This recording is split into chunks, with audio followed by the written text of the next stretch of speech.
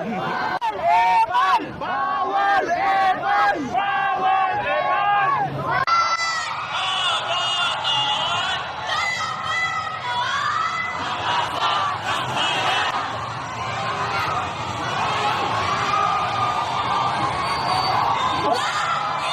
Grabe, napakarami!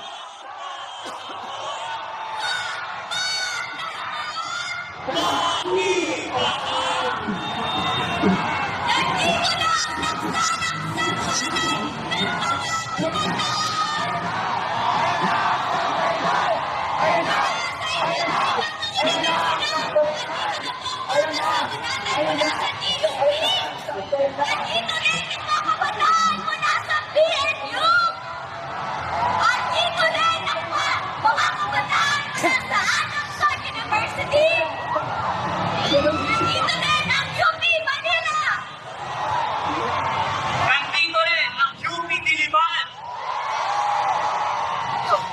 Nandito rin naman ang mga kabataan mula sa Iris.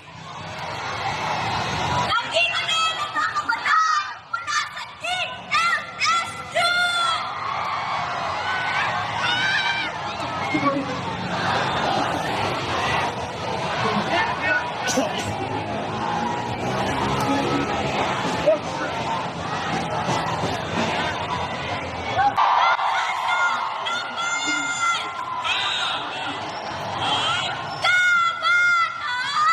Pag-asa ng bayan! Pag-asa ng bayan!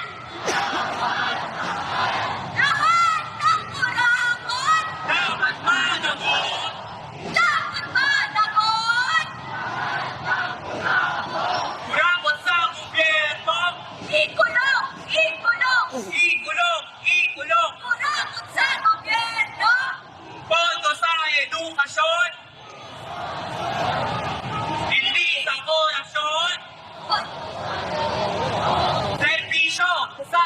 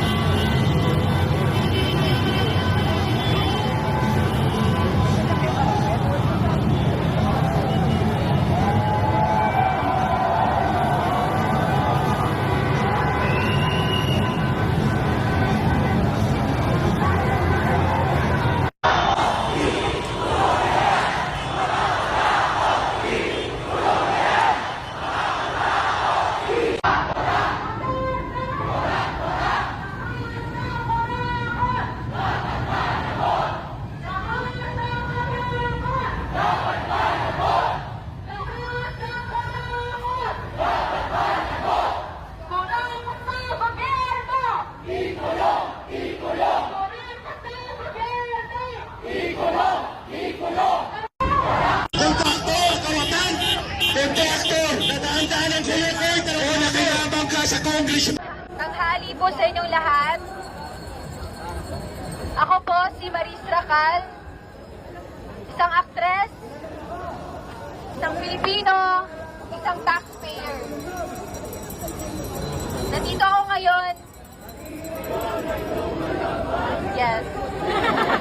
Nandito ako ngayon para makaisa sa inyo dahil punong-puno ng galit ang puso ko ngayon kagaya nyo. May kasamang pribilehiyo ang pagpumulang silangan. Malapit na kalayaan. Kalayaang makakamtan. Sa wegang bayan. Imperialismo. Feudalismo. Burokrata kapitalismo. Burokrata kapitalismo. Si Marcos mismo. Marcos mismo. Marcos Duterte walang pinag-iba. Parehong tutak.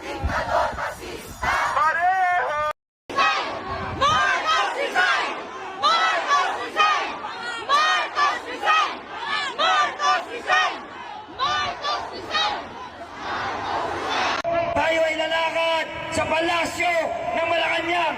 Doon ang daan! Doon ang daan! Marcos resign! Marcos resign! Marcos resign! Marcos resign! Bigyan mo natin ng pagkakataon si former USEC Attorney Arlen Buwan. Magandang hapon po sa inyong lahat. Mamamayang Pilipino na may malasakit sa bayan, aking inaalay ang awit.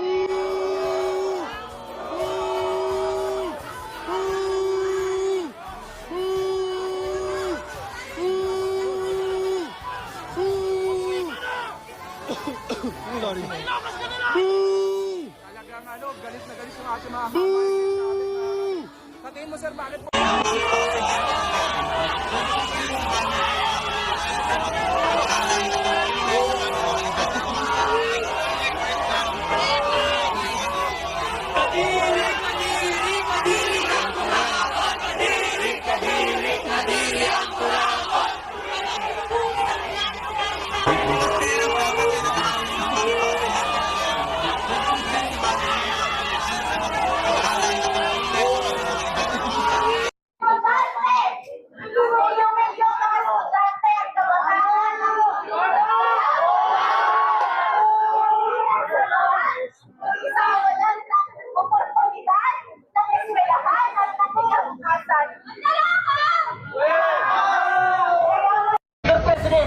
Saan mo nilagay ang flood control na yan? Sa langit?